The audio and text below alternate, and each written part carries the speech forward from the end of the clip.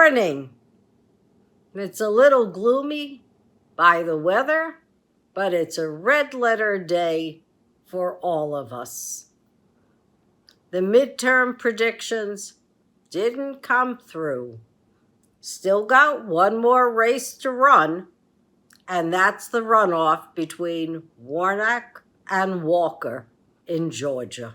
Well, the folks came out, but the margins aren't good enough. Now, perhaps because the Libertarian candidate is not in the runoff, the 2.87% that he took, perhaps a lot of it will go to Warnock. I'm not taking any chances. I'm helping out with the campaign, and I hope everyone else will too. There are a lot of sites where you can text polling information to Georgian residents. Let them know where they go to vote for the December 6th runoff. It's really important. The Senate and the federal government depends upon Warnock getting into office. So, make no mistake about it, this midterm election, it had a lot of surprises for everyone. And one of the surprises is that a lot of folks are really upset with the incivility in this country. When we talk about crime, there's a lot we can speak about. One of it is people are committing suicide and death by despair. The other is, when I question folks from around the country, nobody thinks we should have assault rifles in the public sphere, nor should we have the large magazines.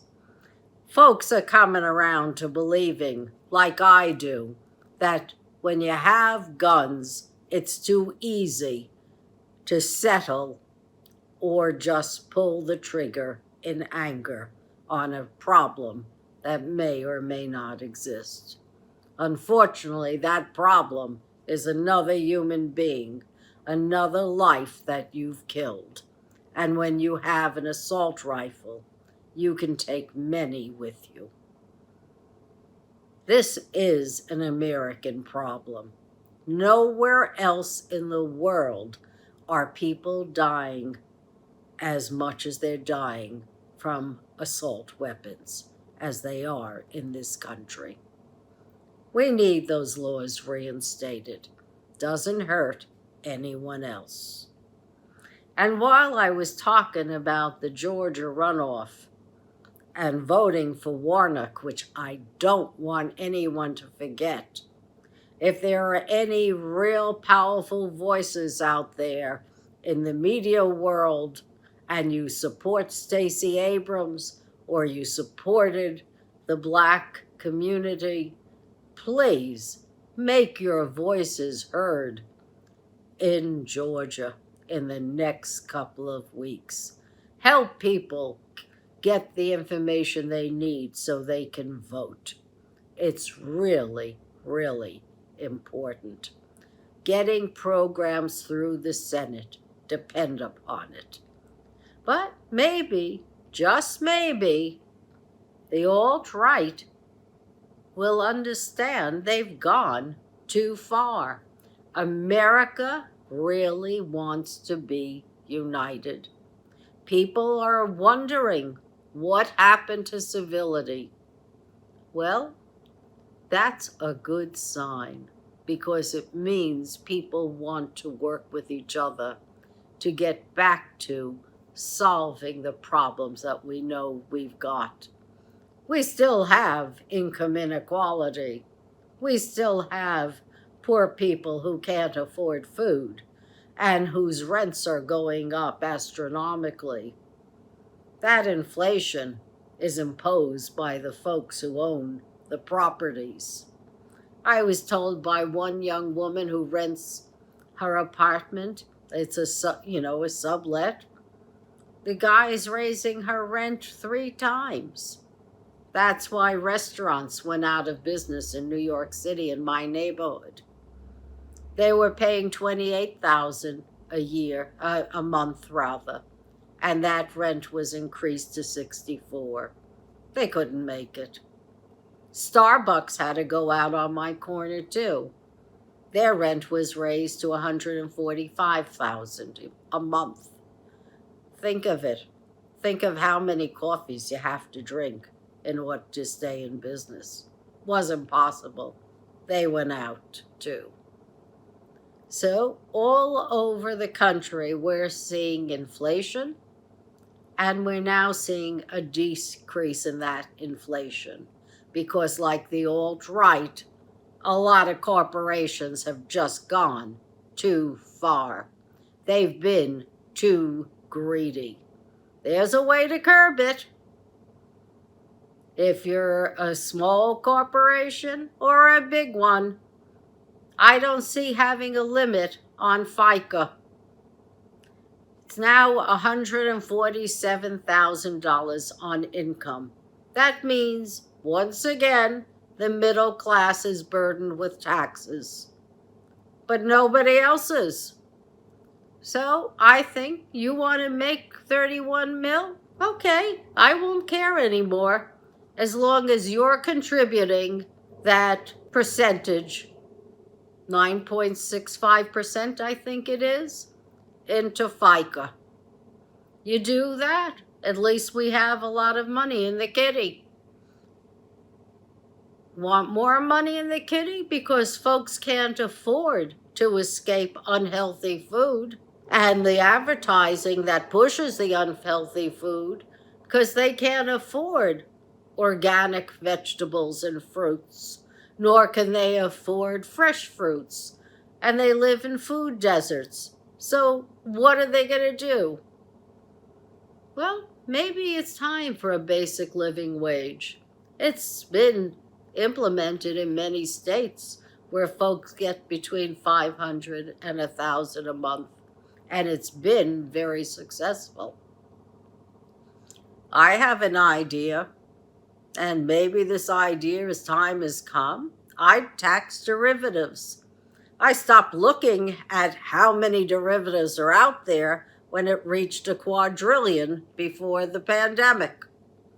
But maybe now, at over $1 quadrillion in derivatives, we can tax them at 6% and get in $1 trillion in income and revenue, and take that revenue and give it to 154 million people who are making less than $75,000 a year, and give them $12,000.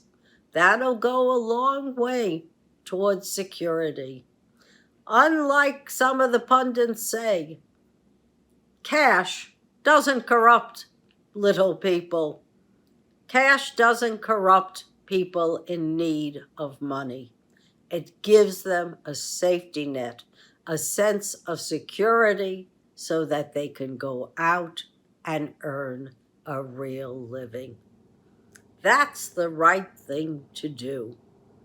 Stop looking at the folks at the bottom and saying that they're getting a safety net. Clearly they're not, when you look at all the homeless in all of our cities, and you look at the people who are trying to get here from other nations because they're starving. One country in Central America, we could have helped for the price of a shed over at Hudson Yards. Honduras is suffering from a blight on their coffee. Their coffee plants can't be sustained, just like other crops can't be sustained. But when asked, Honduras replied they needed $500 million. Well, we spent $500 million on a sculpture in Hudson Yards, a performing space. It would have been better to give it to the people of Honduras so that they could survive with their coffee industry. Looks like that's what we're going to be doing all over. Forget climate mitigation, everyone. Everyone's saying it's too late. UN report says, hey, we're going to exceed 1.5 degrees Celsius. Looks like we really need an expeditious emergency act for climate adaptation. That means new seeds engineered to be drought resistant. It means new agricultural methodologies where we're not using diesel fuel all the time to power our large tractors. It means implementing the new technologies that are here right now. Graphene in our cement reduces our carbon footprint. Using hydrogen to create steel products, that's another way to go. There are new technologies out there. We haven't even made a dent in solar panels or wind or hydrogen in this country. The time has come. We can't wait anymore. Everything that was mentioned in the press memorandum in the 70s and given to President Carter, hey, that's the emergency is here and now. We want more money for renewables. Why are we giving $1 trillion a year to fossil fuel? This is a dying industry. It happens. Look, when Berkshire Hathaway came in, they were named for a textile mill that they purchased. It went out of business. Berkshire didn't fold. They went on to buy other businesses. And if the fossil fuel industry was smart, instead of thinking short term all the time, they would be reinvesting in the renewables that they know exist because they had discovered them in the 50s. Well, that's 70 years ago. Time to move on.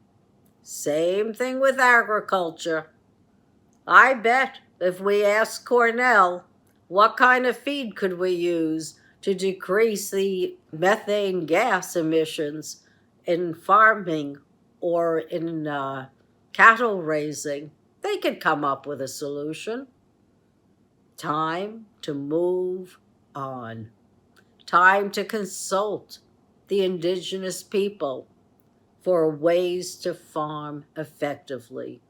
In Africa, they are learning you don't use a plow because you don't plow the fields after the crop has been depleted and harvested. You just let the stalks rot and then you add the new seeds in the appropriate time frame. And they're getting better yields. Adaptation works.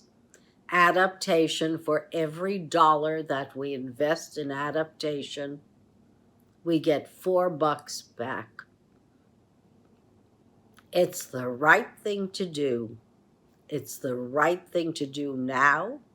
And you know what? I know that there are a lot of folks unemployed. If we started to implement new industries, we can start employing everyone. We are going to have a surplus of technology professionals.